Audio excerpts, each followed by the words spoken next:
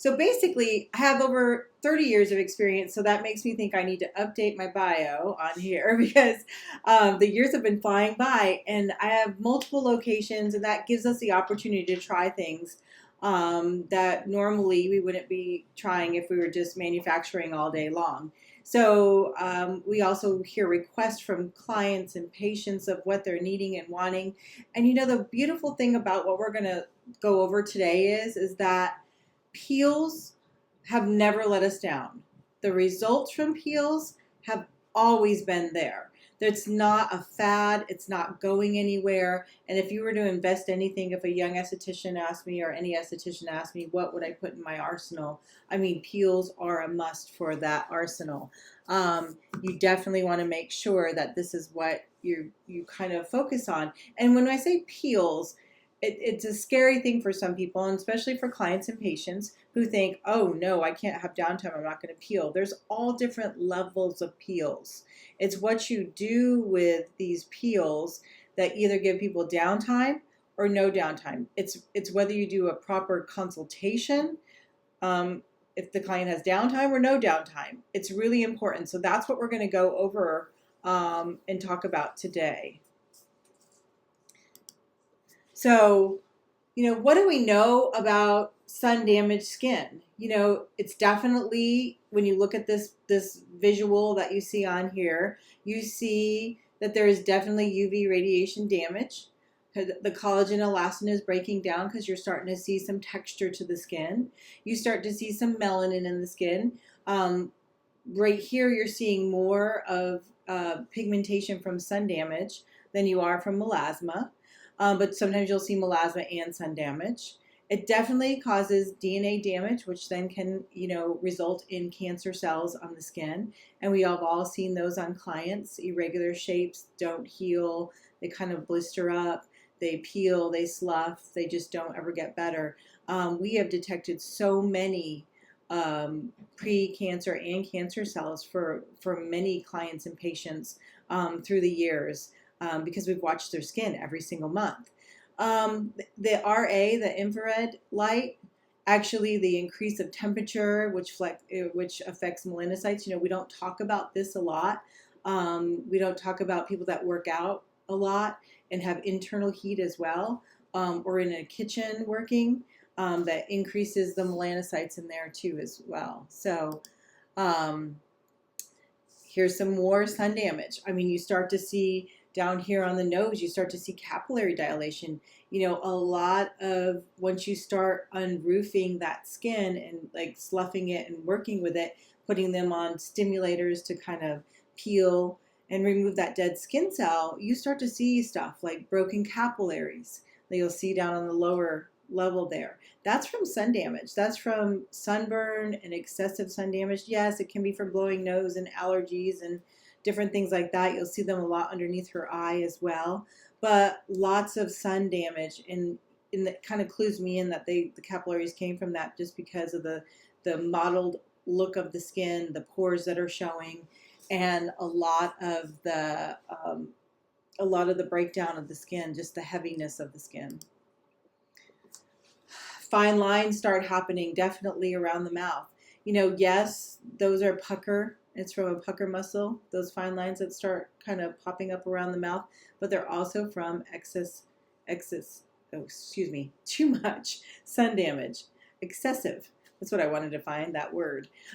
So this right here, this patient that you see has had multiple treatments, and her skin's actually in great shape compared to what it used to be. If you could imagine, you could see the fair traces of where the pigmentation used to be.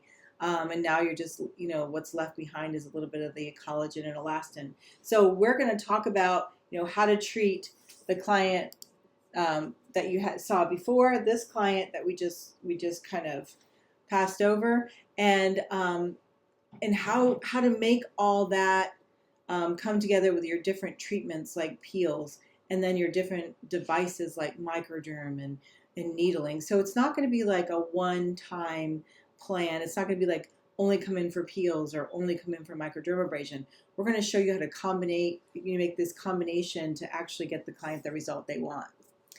You know, more about sun damage. We saw in the past past patients, you see the skin thickening, the vascular damage, the hyperpigmentation, and the large pores. What you don't see is, in the dermis is the thinning of the skin, the breakdown, the laxity, and the breakdown of the elasticity, which then kind of makes that structure fall. So I always talk about something like a mattress. When the mattress starts to sag, you need to plump it up with more filling. It's the same thing with someone with skin that is breaking down and that is sun damage. It's really just damaging that collagen and elastin, and it's losing its firmness and it's getting more lax. So structural damage is actually affected in sun damage. There are a couple of key questions, definitely, when you start to play with peels. Your manufacturer should have a lot of questions like before and after, how to take care of pre and post, medications that can cause a problem. You should always look for this in any peel solution that you purchase from anyone, but like my big thing is, prescription drugs. What medications are they taking that actually can start causing hyperpigmentation or pigment? So if we are trying to get rid of sun damage and maybe they have some melasma, are they taking something that's causing even more melasma or more sun damage? And you'll know this like in stuff like birth control, anything that alters hormones, anything that alters, the hormone levels in the body can increase. If they're going through like menopause, the change, then their hormones again are altered. We see this with pregnancy. We see the masking during that time. Again, all hormones. So there's things that you want to look for in that medication, especially birth control. IUDs, when they have them implanted.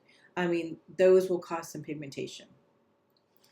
It's really important to do a proper analysis of what products they're using. You guys are treating them as a professional, then you should be treating them also as at home care. And too many times I hear, oh, I don't have room in my back bar, I don't have room in my room, I can't display products, I can't, they buy stuff from the stores, they're not buying it from me. You cannot control 100% of their result if you do not know what they're using and you do not put them on a proper routine. And we'll talk about the 4 things that you really need when dealing with pigmentation and sun damage and working with peels that are going to be very important. And then sun exposure. We have people that'll come in for a treatment and go, oh, well, now I'm just going to go out and exercise, or I'm going to go swim in the pool, or I'm going to go outside and garden. Oh, I'll put a hat on, don't worry. Well, as we were talking about, you don't always just have exposure from like the sun's rays, it's also to the heat. So again, if you're going to be doing these treatments, make sure their habits give the skin a little bit of time to heal. So I told you about the 4 things that you really need to do. So we're going to talk about acne and scarring with acne, but this is talking about pigmentation and removal of pigmentation. So when we're dealing with pigmentation, we want to suppress the melanocytes, we want to prevent and block out all sun, and we want to exfoliate and regenerate. It's very important that we don't strip the skin, but that we build that skin up. Remember, we build that mattress up, we put that filling back in there, and then we have to regenerate if we're going to exfoliate like we're doing. So some of the systems that we have on the sale actually are including those systems. So suppress melanin, prevent UV, exfoliate, and regenerate. Just remember those when you're analyzing a skin and talking to somebody. So what do we know about scars? We do a lot of scar work, and very successfully with scar work. There's some really good equipment out there that really works with regenerating the skin, plumping up that collagen and elastin, because really that scar and that breakdown is just a breakdown of collagen and elastin, that if you just build it back up, that's why a lot of times you'll see nurses or doctors do filler in scars, because if you can kind of plump that up, you kind of puff that scar back till that flush with the skin, then you don't have that look of a scar anymore. So I like to take something like this scar here, and I like to work the edges of this scar, where it's kind of like the hills and then the valley.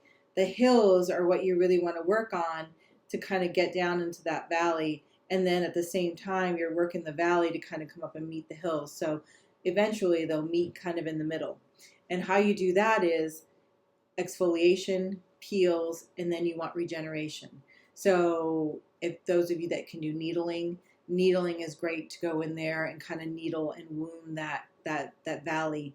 It helps kind of raise it up. It helps stimulate. It helps collagen. It helps elastin. It helps build.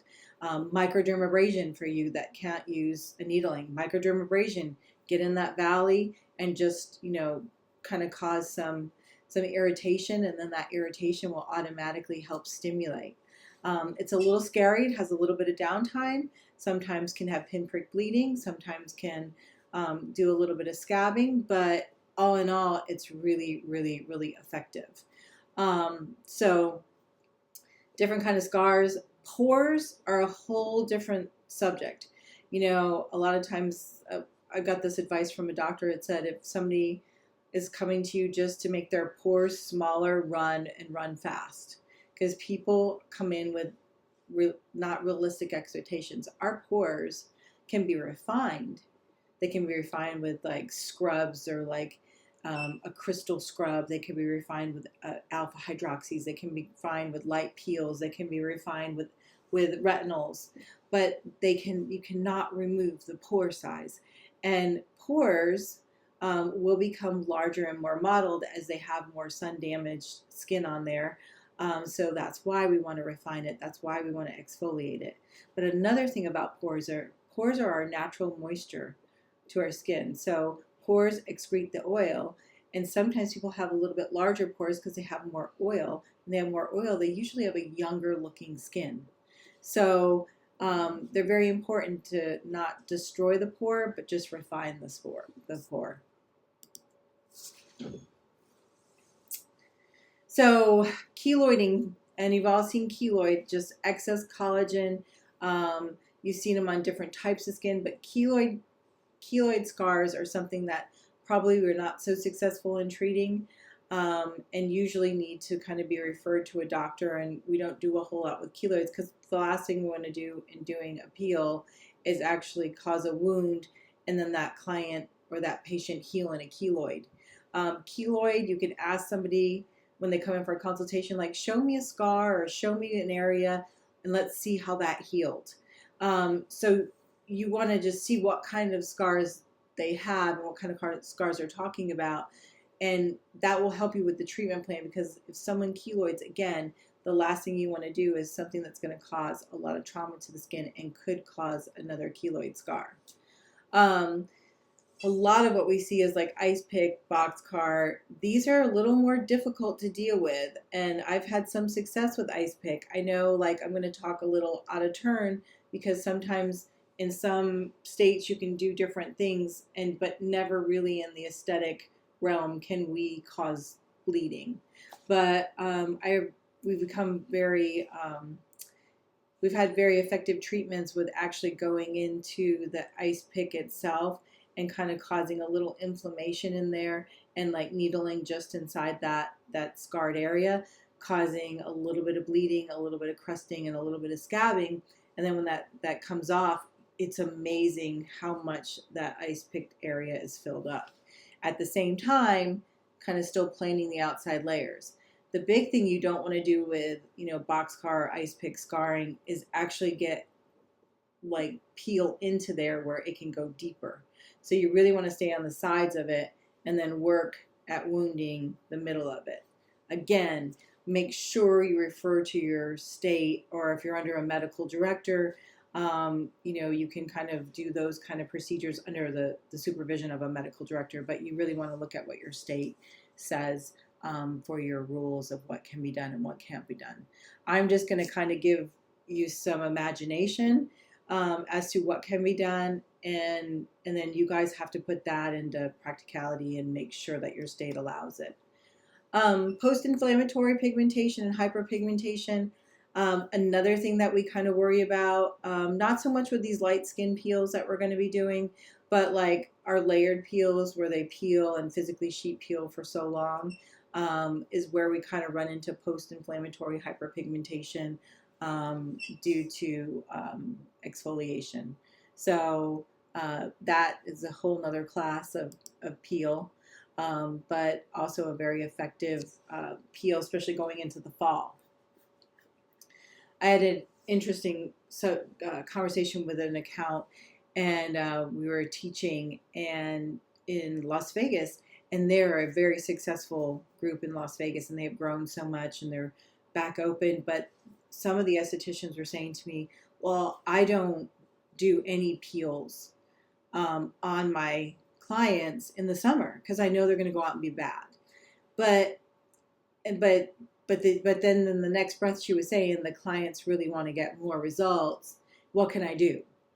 And I'm like, I don't ever stop using my arsenal of peels in the summer and the fall. I might go a little more dramatic in the fall than I do in the summer, but I still stay consistent with the treatments that I do. Because if I see someone every single month and I've seen them for 15 years, they know what to do. They know not to get into the sun. They know, to protect their skin. And when they come in, you can tell somebody that knows how to protect their skin. You'll always see a difference between their face and their neck and their chest or their arms and hands.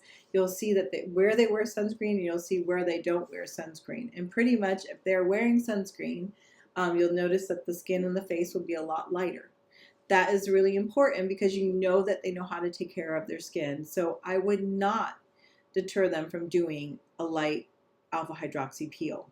I'm going to show you today a double peel, but your lactics, your glycolics, your salicylics, those are still safe to use on somebody that knows how to manage their skin.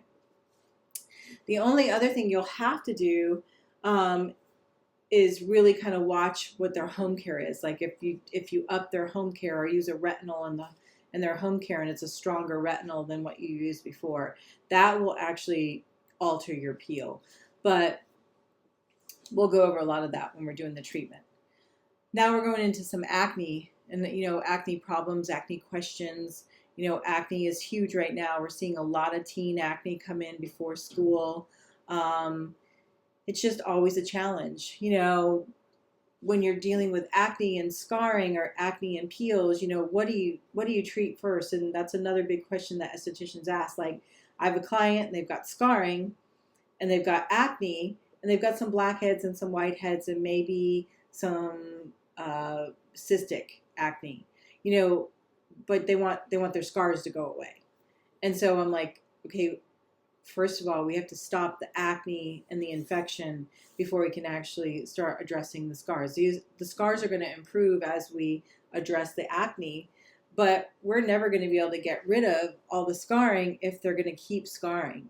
So you have to have a plan for somebody that has this expectation of coming in and getting rid of the acne scars.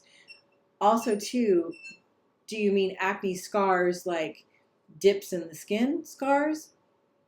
Or do you mean acne scars like red pigmentation, hyperpigmentation, or hypopigmentation in the skin? Because that's also a scar too as well. So it's a different treatment plan, but you have two kinds of scarring. So really, when you're treating acne, first go after treating the infection, and then after the infection is under control, 1 or 2 breakouts still are happening. Every once in a while they get a cystic acne lesion. Then you go after being more aggressive with the scarring. But remember, there's a balance to that. More aggressive means more stimulation of the skin, and you're stimulating, especially if you're needling or microing, which increases the oil production, and you could have a breakout again. So there really needs to be a balance to this. What products are they using is going to be very, very important. You cannot sit there and treat somebody that just goes, yeah, I've got something from the doctor's office. You've got to know what they have from the doctor's office. I always assume that if they say they have something from the doctor's office, it's got benzoyl peroxide in it. If it has benzoyl peroxide in it, salicylic acid, or a retinol, like a retin-A, then in your rule book, when you get your rule book on peels, that is an accelerator to peels. Like if somebody's using that product, their skin is going to be very sensitive to the peel that you're going to use, and they have a good chance of frosting, scabbing, or scarring. So you really need to be careful with what you're using depending on their home care. I always ask them to bring the home care in. Let me take a look at it. You will find a lot of them use online prescription, not prescription, but like subscription companies too as well. Again, a little bit of benzoyl, a little bit of salicylic. Usually what you can give them is a lot more than what they can buy offline, because we can put higher percentages in as a manufacturer if we know a professional is treating the skin versus us just selling directly to the public. We sell directly to the public. We have to kind of take those active ingredients and make them a little less active, because there's no one overseeing them and making sure they're using the right product like a professional esthetician would. Does the client have realistic expectation for the results? That is very important. Acne is emotional and it's very stressful for a lot of clients, and sometimes it takes a very long time to go away. You know, are they coming in for a couple of treatments? We used to have some that just like, I just want you to laser it off. Laser off your acne. Laser off your acne. Laser off my acne. That's really not going to happen. But we can disinfect it. We can kill the bacteria, the P bacteria. We can work with some high frequency to kind of kill the infection. We can do some salicylic peels. We can do some things. But if they say they want their acne gone and taken off, then again, their expectation is probably wrong. And you really need to kind of set up an expectation for them. And with it, I mean, don't like crush their dreams of you're never going to be healed. You're always going to have acne. Your skin is just that way. But just put them on a routine that gets them in consistently so that you can keep up with their skin. And instead of somebody that comes once a month, this person might have to come every 2 weeks. Every 2 weeks just to manage the acne and know what the cycle is of the acne. And if you have to reduce the price, reduce the time, but I'm telling you, the more you can see them, the better you have of getting that result that they want. So, okay, so for pre-treatment routine for acne, suppress acne. So that's with your benzoyl peroxide, your salicylic acids, your glycolic acid. Some acne responds better to glycolic than salicylic. You definitely want to, use sunblock. And the reason why you want to use sunblock is they're going to be ultra sensitive to everything, especially sun. So they're more apt to burn a lot easier when they're not on any type of sun protectant. Also, pick their sun protectant wisely. You don't want something that's waterproof. You want something that is oil-free or something that is meant for somebody with a skin that breaks out. Exfoliation is very important. Look for an exfoliant that might not be a manual scrub, but an exfoliant like a glycolic acid, a salicylic acid, something along that lines. And why I say not an exfoliant for somebody with acne skin is because an exfoliant, a manual exfoliant like a scrub with a grain, stimulates oil. So the more you exfoliate with a grain, the more the oil stimulates. You want to exfoliate with more of a chemical exfoliant. So again, salicylic, glycolic, lactic, beta, any of those in the skincare, and you want to do it nightly or every other night, you'll have a much more effective routine or a much more effective result that way. And then of course regenerate. We're exfoliating skin layers. We want to make sure our skin layers are healthy. We want to make sure we feed them with antioxidants and vitamins and peptides. It's very important for somebody with skin that we're going to be peeling and exfoliating quite a bit. With that, though, make sure that it's meant for that oily skin.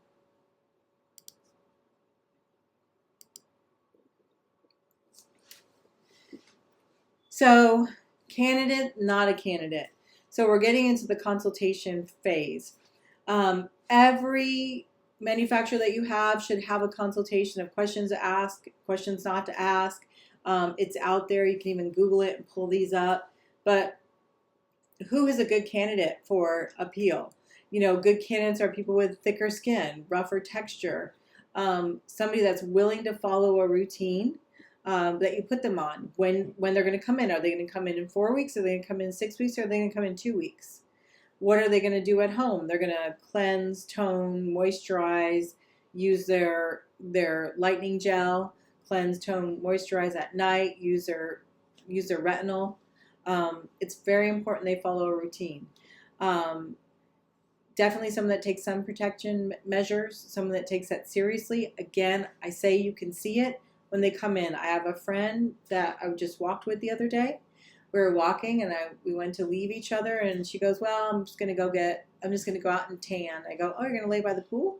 She goes, oh, no, I'm going to go into the sunbeds. Okay, this is a client that comes into one of our facilities every 4 weeks and gets a light skin peel. First of all, I lost it saying, really, you're going to go lay in a tanning bed and tan? Now that's worse than going out into the sun and tanning. And there is lots of warning signs and lots of information that tells you a tanning bed is much more dangerous than going outside and going into the sun. So I lectured her about that first. She didn't listen to me. I mean, she was beautifully tanned, but her face and her neck was completely white. So when they come into you and they say, you know, I'm real careful, I always wear my sunblock, and you see sun and color on their skin, especially their face, you know they don't wear their sunblock, or they don't have a very good sunblock. So again, point that out and make sure that that is something that I can't say that enough, and I don't mean to like beat that to death, but that is really what ages the skin. So sun protection, number one. Even if they walked out with nothing, sun protection. Definitely someone that doesn't have active acne is going to be a perfect candidate if you're trying to get rid of scarring. If you're just peeling them and trying to get rid of or trying to help slow down the acne, then yes, peels are going to be great for that. And then managing hyperpigmentation. So if they're coming in for hyperpigmentation, are they managing that properly? Are they able to control their medications? You know, we see this a lot too with polycystic ovary syndrome. You know, we see people come in with hyperpigmentation, excess hair. Not a lot that can be done at that point except brighten, lighten, exfoliate, suppress, being lightening gels, kojic acids, anything to lighten the skin and suppress it. Vitamin C does a great job at just brightening the skin, but you really need something that's going to actually lighten the skin, bleach the skin when you're dealing with hyperpigmentation. Definitely not a candidate. Anybody with any open skin lesions, dermatitis, psoriasis, acne, open acne, inflamed rosacea. Lots of people have rosacea. I'm not saying don't do a peel on someone with rosacea, but if somebody has rosacea to the point where they feel like you feel with your fingers and it's crusty and it's hot and it's irritated, then that's the last thing you want to do is put a peel on that. So be very careful with that. But rosacea actually does very well with a once a month peel treatment. We choose the pumpkin peel, which is an enzyme and a glycolic kind of blended together. So enzyme and glycolics blended together are great for rosacea. And the reason why is because rosacea gets that kind of mounded, porous skin. Well, the glycolic kind of resurfaces that while the enzymes just gently take away that dead skin cell. So it's very good for rosacea, but not inflamed rosacea. Again, inflamed rosacea is heat and is a texture. You can feel it. It's a roughness. It feels really dry. Do not put a peel on that.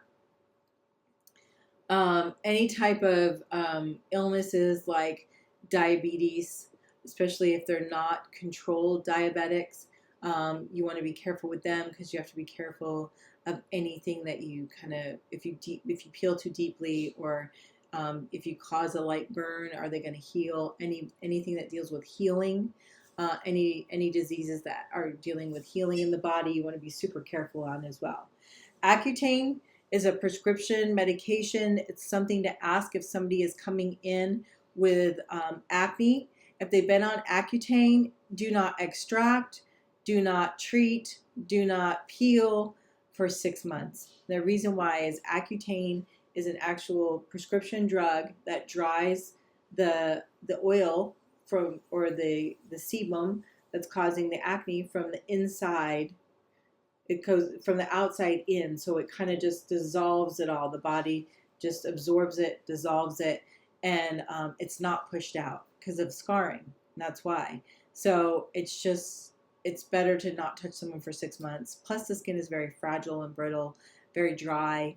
They usually have to use some kind of balm, lots of lip balm and eye balm, because you're usually very, very dry. Joint as well, very, very dry joints, so they get a lot of pain. But worth it for someone that has deformed acne. Capillary damage, sun damage, and redness. Capillary damage, you're not really going to do much more damage to by doing a light skin peel.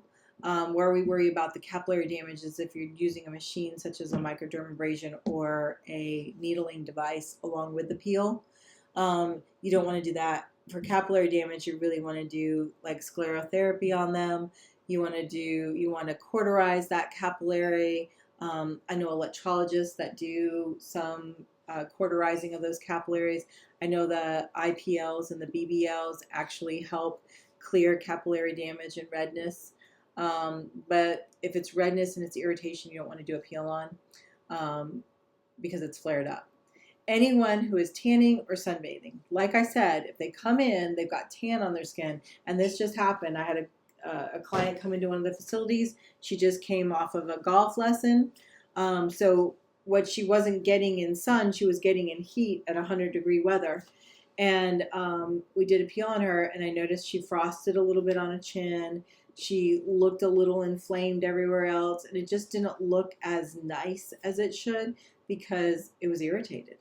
So you don't want to do anybody that has just tanned or has just recently been out in the sun or kind of run in from a golf lesson. So fun stuff with our technology now, like these like chemical peels, ultrasound, microderm, and microneedling are probably the 4 top products and equipment that we use in our facilities. These are results all the time. It's kind of hard not to get a result with these, and then combining them really gives a nice result. So chemical peels, again, we're talking about chemical peels that just resurface the top layer of the skin. We're not talking about the ones like TCA and Jessner that actually sheet peel the skin for 7 to 14 days. So lactics, glycolics, salicylics, any of your beta hydroxys prevent cell buildup, which then in return makes the skin more, it resurfaces the skin and makes the skin look smoother and softer.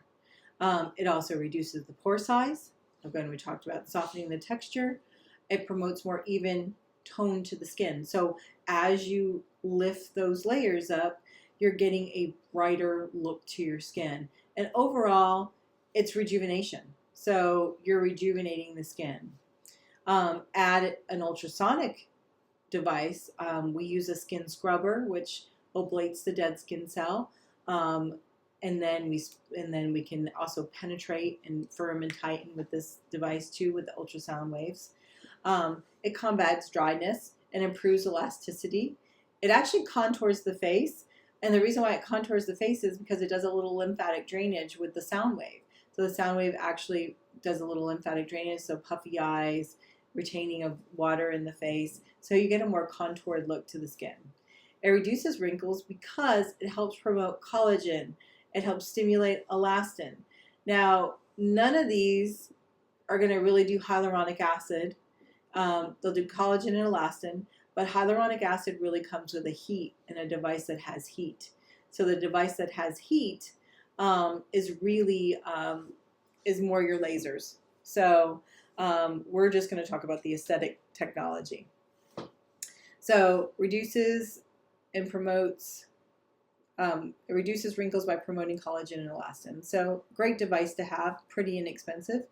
We move to the microdermabrasion. It improves elasticity. It reduces wrinkles. How does it reduce wrinkles? Remember we talked about the hills and the valley? It's because we're going to knock these hills down and kind of resurface. We're going to use it like a correction pen. We're going to just sand over the areas that are higher than our dips, than our wrinkles. So it really helps smooth that area out. And it's really reducing the layers of skin to make it look softer and smoother. Microderm also helps with the reduction of acne, and we do this through the crystal, because you know you have crystal and crystal free. Well, the crystal, the cremdom, actually it dries the acne lesion. So when we're microderming somebody, we will actually tap with the head of the handpiece. We will tap this cremdom crystal into the acne lesion, and what will happen in the next couple of days is that will all dry out. So it'll dry up that lesion. We came upon this because what happened? I mean, when we had microderm at first, all we had was crystal. So we never even had a crystal-free option way back when. I mean, we were talking about the 30 years ago that we were doing it. And people were dry and irritated and scratchy, and that was our drier skins. So now when we're picking a device, well, when we pick a micro machine that can actually it can actually have a crystal free and a crystal head, and really all it is the suction you need, because the crystal free is a disposable piece that you just throw away, and so we just need the hand piece that hooks right up to the vacuum. So most of the microderms now are crystal and crystal free. So we use crystal free on our dry skins and crystal on our oily skins, so that we can help dry up that sebum, that oil. Microderm also promotes collagen. Why? How? The wounding of the skin. You're microscopically scarring the skin with that cremdom crystal, which then helps collagen and elastin stimulate because it has to heal. No downtime, but it does kind of microscopically wound that skin. Promotes even tone because you are sloughing off layers, and it also helps soften the texture of an enlarged pore. So any pores or enlarged or roughness to a skin, it really helps that kind of playing down and make it look a lot softer and smoother. Microneedling, we just did a class on microneedling not too long ago. Something that I really like to incorporate, and I'm not talking about a full face of this. I like to target when I do microneedling. So yes, of course, a full face to help lift, tighten, and improve wrinkles and elasticity on the skin. But say you just have somebody that has a breakdown of lip lines, and they don't have anything anywhere else that they're unhappy with. What you want to do is you just want to go in and you want to just needle in that wrinkle in the lips or around the lips, and then not worry about the rest of the skin, because the rest of the skin looks great. So again, target when you use these devices, but always add them to your peels when you do them.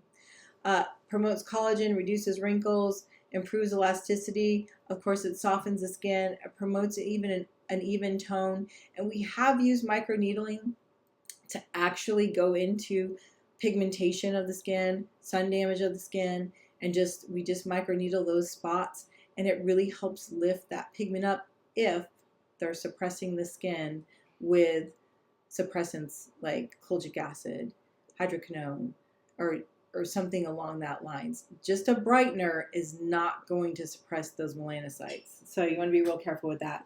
And of course, you get rejuvenation from microneedling. It's one of my favorite things to do. Even the nano stamping, if you can't do needling, you can do the nano stamp, and the nano stamp doesn't draw any blood, and it stays pretty superficial, but it really helps the ingredients get into the skin and work a little bit better. So you're seeing right now our formula as to what we use with an ultrasound machine, a microderm machine, and a microneedling machine. I always pre-prep with a peel. So always pre-prep with a peel. As you can see, I don't use a salicylic acid when using an ultrasound or an ultrasonic machine. And the reason why is salicylic acid is a beta hydroxy. It leaves a little bit of residue behind of that beta hydroxy. And the last thing I want to do is kind of force that into the skin. We've had, not often, but we've had some clients have some reaction and skin sensitivities just because we did a salicylic and we left that residue on there, and it penetrated in, just made the skin sensitive. So pro-glycolic 15 or 30, and then of course pro-lactic 30%. None of these peels that we use in our arsenal are buffered. So I like lower pHs because they work fast, they go on, they get the job done, and we're not waiting there for 15 minutes.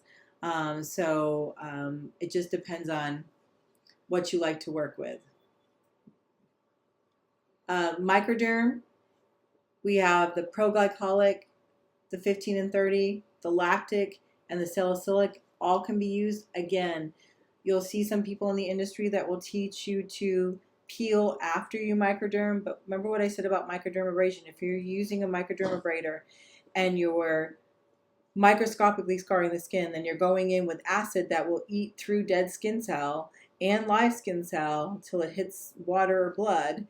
Do you really want to put it in there? We've seen people that actually come out scabbed, no scarring, but they just get tiny little scabs, tiny little crust on their skin, and they have downtime when they didn't really need downtime. So always pre-prep with the glycolic, lactic, or salicylic.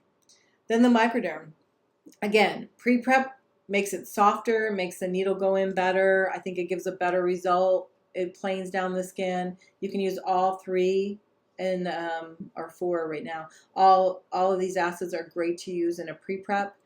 And sometimes you do a little retinol afterwards if we want our microneedling to be a little more aggressive and have a little bit of downtime.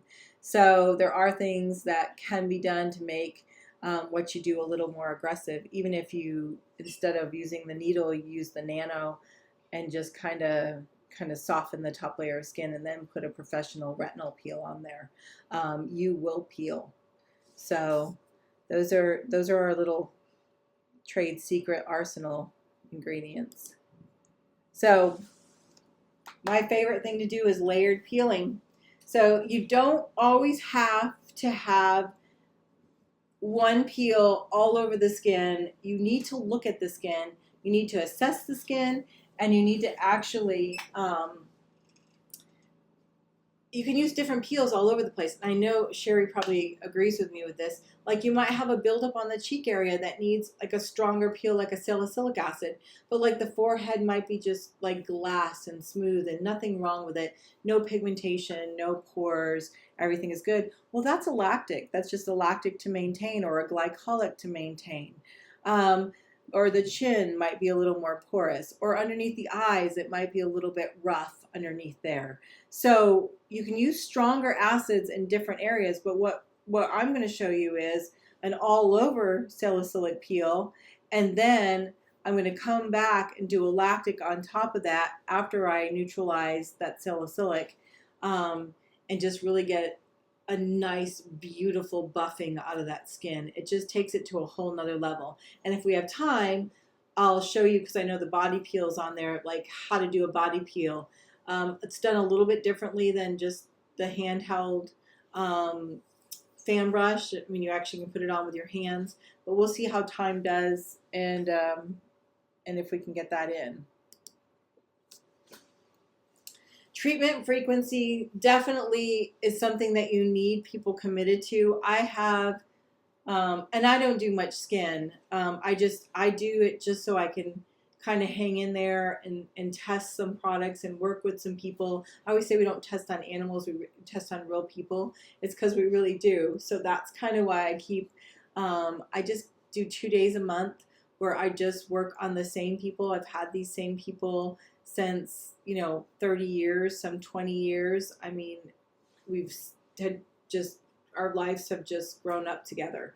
So, I'm committed to kind of stick with them until the end. And And what I've seen is some beautiful skin. Like they say, my friends don't have the skin I have. Well, you wear your sunblock, you come in every 4 weeks, and you use really good skincare, and it makes the difference. And I always say to my client, look around you, look at people your own age, maybe even younger, and see that they're not doing anything, and they'll go in for some Botox and filler. But if that skin is not smooth and soft and supple and clear, then it just doesn't look as pretty. And you can have wrinkles, you could have, kind of expression lines. I think those are attractive in an older person. But it's the skin color and texture that's usually not as, that really is what's not pretty. So you want to make sure that if they're coming in to boost their collagen, and they're at least committed to 6 months to 12 months out of the year, and they come in every 2 to 4 weeks to get a treatment done. Hyperpigmentation, and to see results on a suppressing program at home, it takes about 4 professional treatments to really start to see that pigmentation kind of fade away. 4 to 6, just depending on what we're dealing with. And you go 2 to 4 weeks apart, depending on your home care. If your home care is aggressive for pigmentation, if you have them on like some bleaches and some glycolics and some retinols, then you want to go about 4 weeks apart to give that skin time to heal. Scars, you want to go 3 to 6 weeks apart, and you want to do 3 to 6 sessions before you really start to see some change in the skin. But when you start to see the change in the skin, it stays. And that's the thing. Like people go, well, is my result gonna fade? Is it gonna last? When you get results with these kind of treatments, they're gonna stay as long as you're gonna take care of that skin. But they won't go back to ever being what they were in the beginning. But you really need to take care of the skin. Jessner peel, again, another thing that you have to look at your state to see what is approved. Jessner peeling is a 14% beta hydroxy solution. It's a combination of the 3 acids that go on the skin, stay on the skin, and then basically kind of starve that skin of oxygen, and then it sheet peels off. Now you see our client here in the screen. This is someone who loved to sunbathe and loved the tanning booth.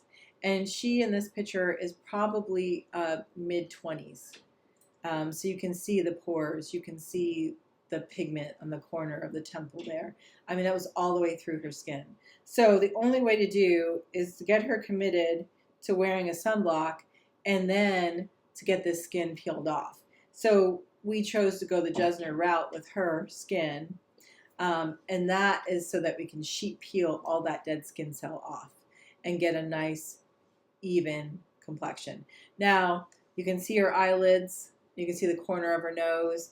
A little bit trickier because you don't really want to go on that eyelid and do a lot of peeling. So then that would be home care.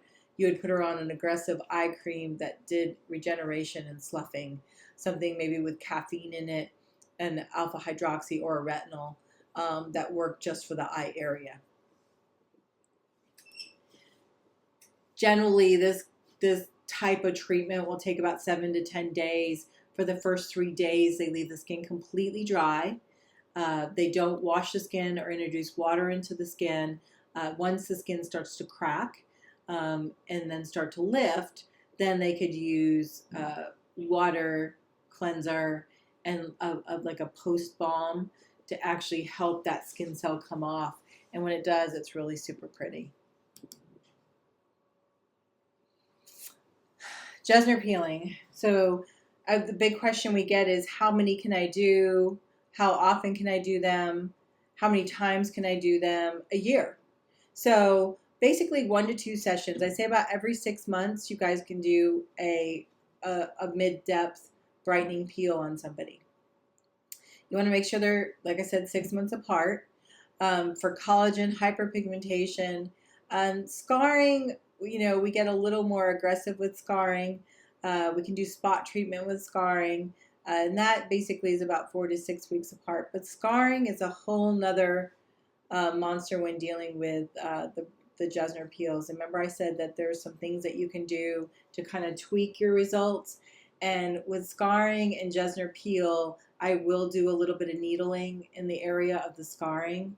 And then I will layer Jessner peel on top of it to give me a little bit of a kind of like a crusting or a scabbing to help regenerate that scarred area. So sounds a little scary. Also to make sure that, again, your insurance allows you to do that, and possibly underneath a medical director as well. This is the realistic expectations of what we cannot change. And this is really important because when clients come into us, they have to have an expectation. When we do light skin peels, what we are doing is we're making the skin softer, smoother, more supple. We're taking large pores, we're planing them to make them look less apparent, and the skin's evenly toned. So when you think about that, and also think about the magazine covers, think about, on TV, you don't see many people with a lot of sun damage on their face, neck, and chest. You can be older, you can be an older actress, you can be an older person, but it's those spots that people will come and say, oh, these are so ugly on my skin, I'm not used to them on my skin. You can have some wrinkles, you can have a little laxity to your skin, but it's those spots, those sunspots that people don't like. So that's what you can change. That's what you can make pretty. We can't change a client fluctuating in weight, some gain weight, some lose weight, some stretch the skin that way. Then that causes the skin to become a little more lax. But what we cannot absolutely change is the neck banding, the jowls, the little pocket underneath the chin, deep pigmented lesions in the skin, a lot of times keloiding, of course, and scarring. An ice pick is really, really hard. We can improve it, but we can't always get rid of it. But clients will come in all the time and go, I want to get rid of this sagging on my skin. I want to make my skin tighter. And they will be invested in all these tightening devices that are out there that say they tighten the skin, that don't tighten the skin. Very little people get results from tightening of the skin. It really takes a nip and a tuck to get the tightening of the skin that they want.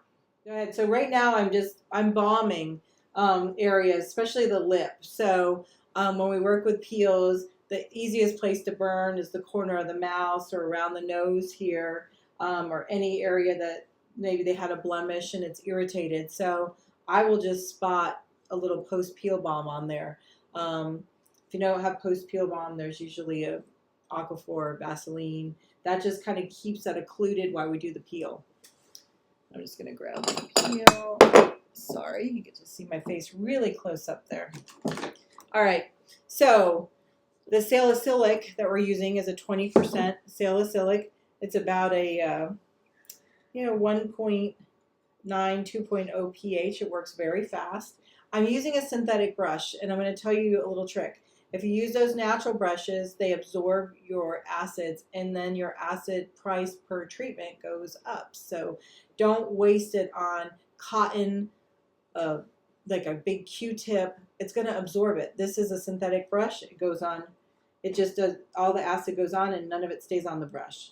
Okay, when I am working on someone's skin with peels, of course I always address the neck and décolleté. I know Sherry will agree with that.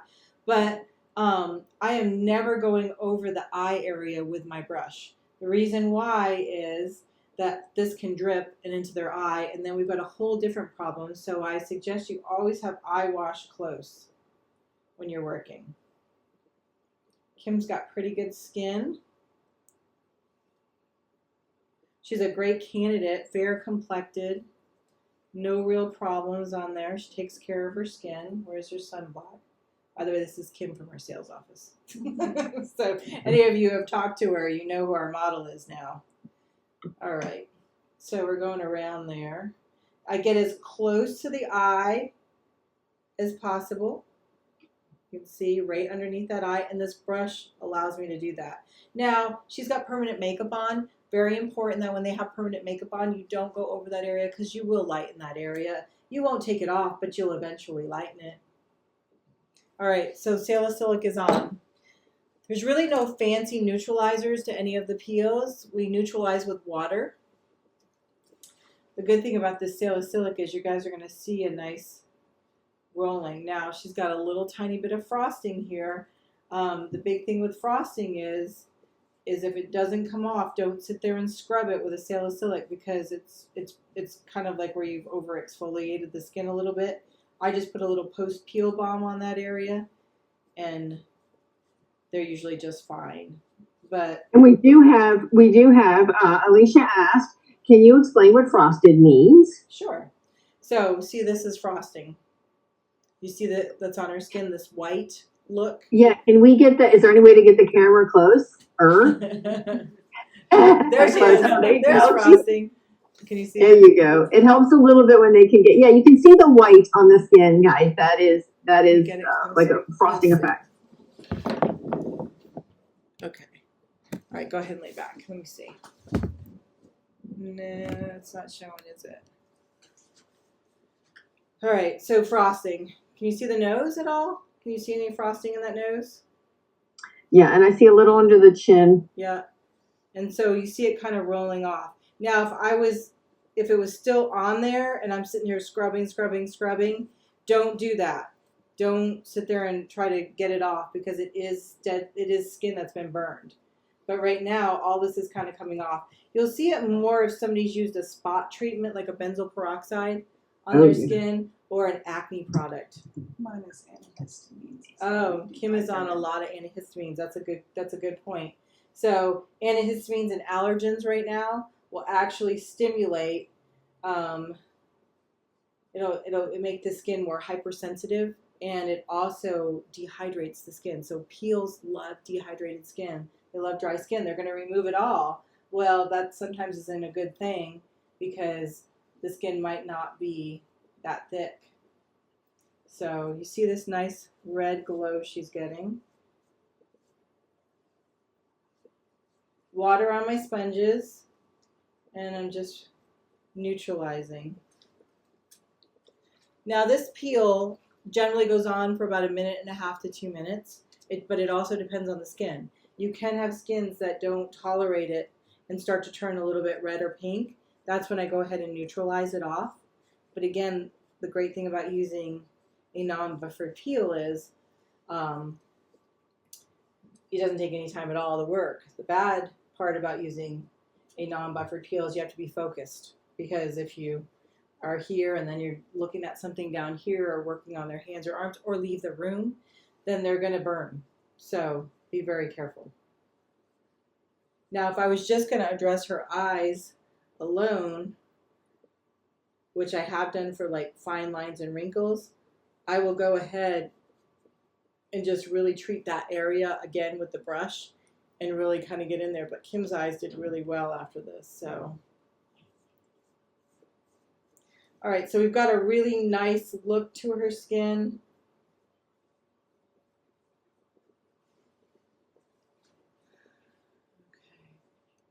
Now we're going to do the second step, which is the lactic peel. Again, with the synthetic brush, I'm just going to do a nice coating, thin coat. The reason why I'm starting on the outside and working in is the skin is thicker on the outside versus the cheek area and in the nose. Then I'll go into that area last, and then under the eyes very last.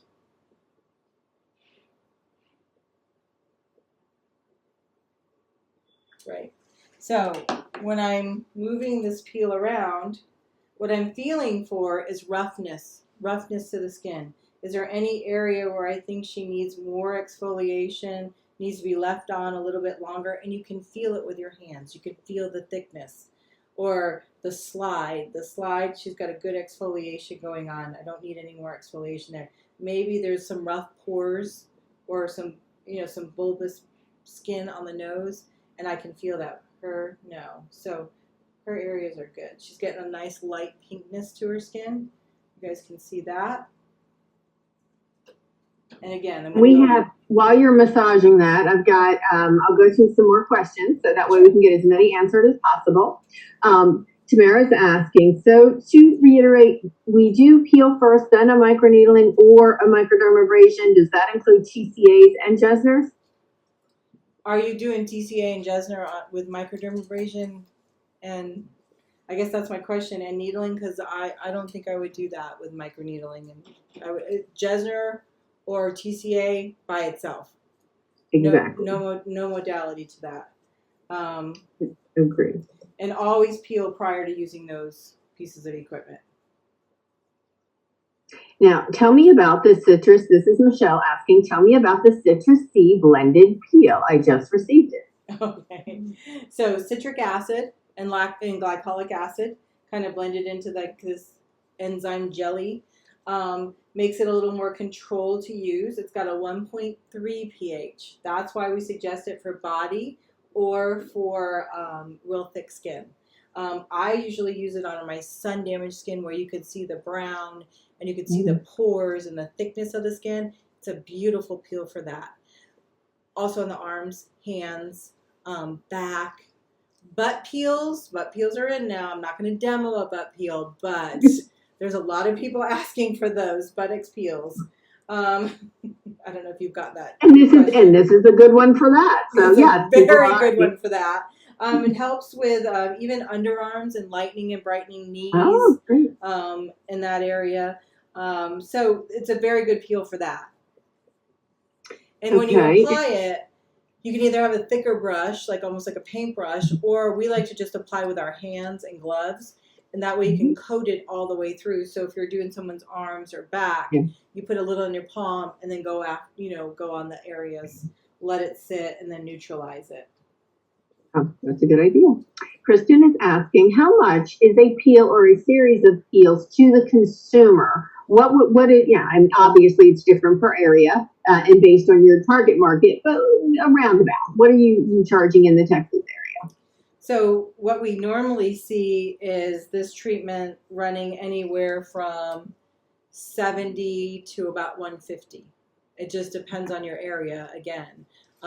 Texas, we're about the 70 to 85 level for just the base. And then I know some people in the city that are single operators that, charge $150 to $200 to do the treatment. It just depends on your area.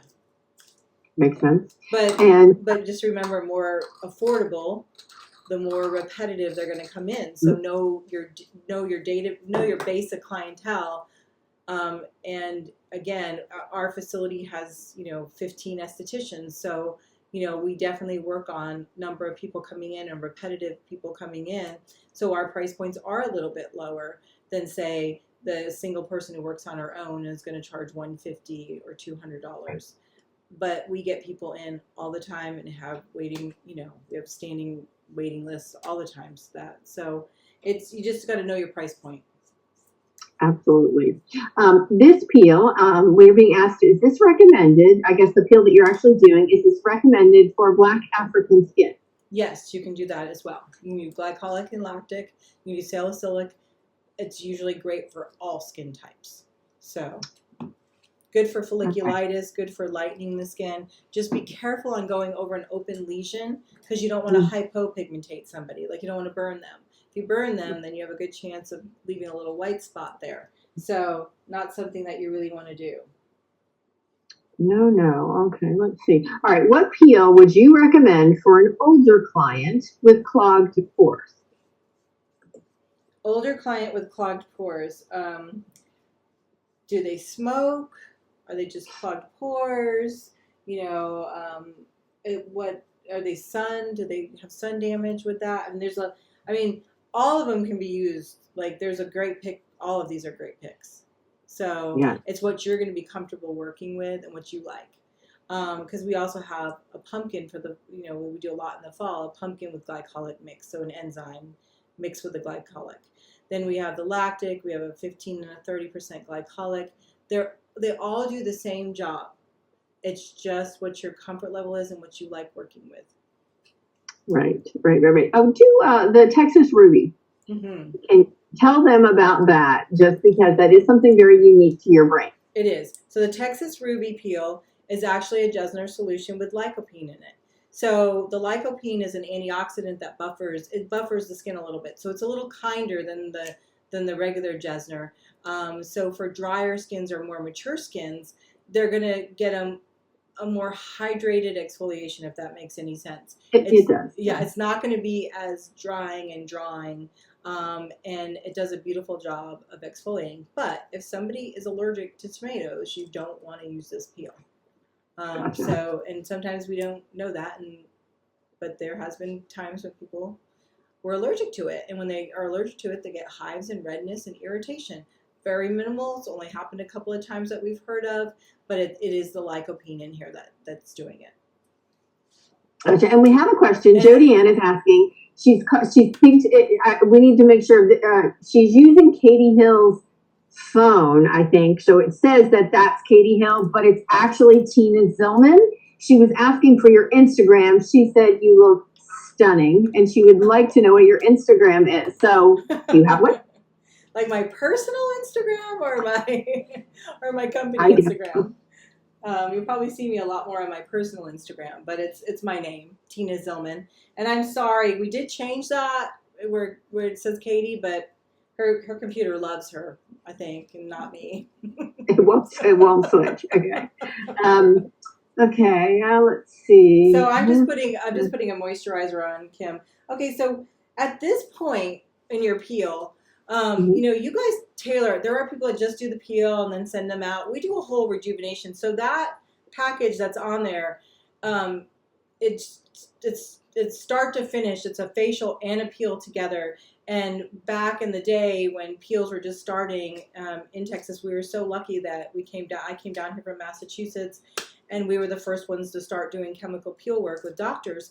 And at that time, it was just a lot of beta hydroxys, and Physician's Choice was a really big company at that time. And Margaret was from here, so I had such a great mentor to work off of.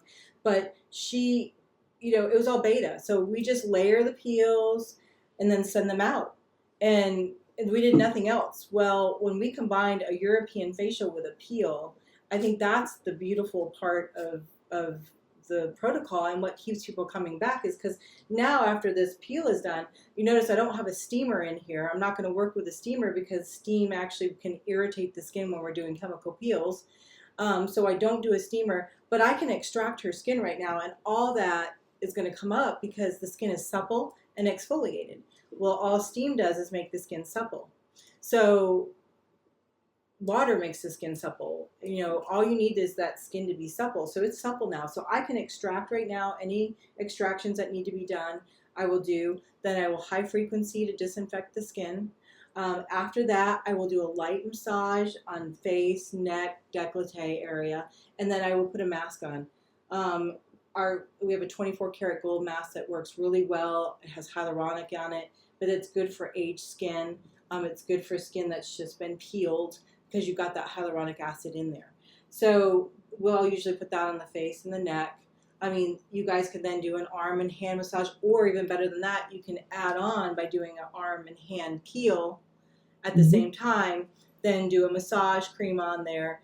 And that's all a body peel is you exfoliate and then you hydrate and they're done.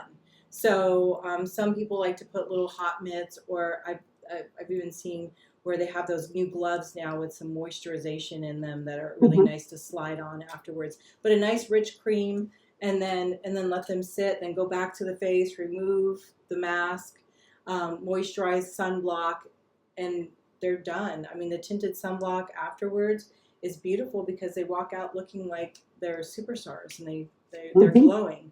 So, and then you've just taken and you've done a face and a body peel at the same time in that hour time frame, and you've upped the number Mhm. Give up your ticket number. I mean, you can even do a neck and décolleté peel as well. If she was in a smock, we would treat exactly what we did here down here. Now, we don't have to extract. We don't have to extract on the arms. We don't have to mask because we don't really want to mask these areas of the body part. But you can if you want. I mean, is an extra added? Just depends on how long you want to have them in there for. Do you want them in there for an hour and maximize your hour, or do you want them in there for an hour and a half? Well, then add your mask on the arms and hands. So there's a lot you can do with this peel, but really simply that is it on the peel. And of course, sunblock is very important. We always make sure they go out with sunblock. You guys have amazing SPFs, by the way. Thanks. This one's not the tinted one, but I love the tinted one. This is just the sheer for Kim's skin. Now, after a peel, they can go ahead and use their mineral makeup. They can use their anything, just not a real thick like foundation, but mineral makeup, their powders, their tinted moisturizers, they're perfect afterwards. And we're going to make sure that, Kim's not going to go do gardening because, we are at 100 degrees down here in Texas. She's already walked for the day, so she doesn't have to go walk.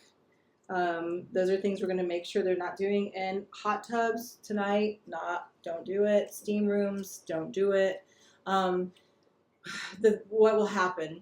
Somebody goes out and gardens, their skin gets hot, it sweats, and then all of a sudden they'll get like these little tiny white dots all over, almost like a reaction, like you have to take a Benadryl kind of reaction. And it's basically the skin is just over exfoliated, and they're getting those little tiny dots because of that. So you want to be real careful. If somebody does call you, this is very important. If somebody does call you and say they're having a reaction, my first thought is like reaction like to your skin, or can you not breathe? What's going on? And it's like, no, my skin's reacting. It looks bumpy and rashy, and I'm not real happy with what happened after the treatment. That happens, and it does happen when you're first starting to play with these peels a lot of times. And sometimes people aren't quite honest, and until you're skilled at knowing the skin and feeling the skin and knowing that maybe they just came from sun tanning, or they're using a product that's irritating their skin or causing dehydration or causing the dryness to their skin. Until you know that, things are going to happen. But it's very important that you bring them in to see them and look at them and assess them. And you always should be able to call your manufacturer if there's anything going on to help guide you through it. I mean, we guide people through these things every day. And it's usually just someone that got a little over exfoliated. Again, irritation, redness to their skin, and little tiny bumps sometimes. What we do is we have them just stop using everything, or maybe you gave them a vitamin C or an exfoliator and they used it right after a peel, which happens a lot. Mm-hmm. And then a Benadryl that night, and they're usually just fine the next day. Right after a peel, see that sheen and everything? That's just a sunblock. That's all natural. So please look at doing those in your arsenal. Love it. Thank you again. I appreciate it. Thanks, Sherry. We'll see you next time, guys. Bye-bye.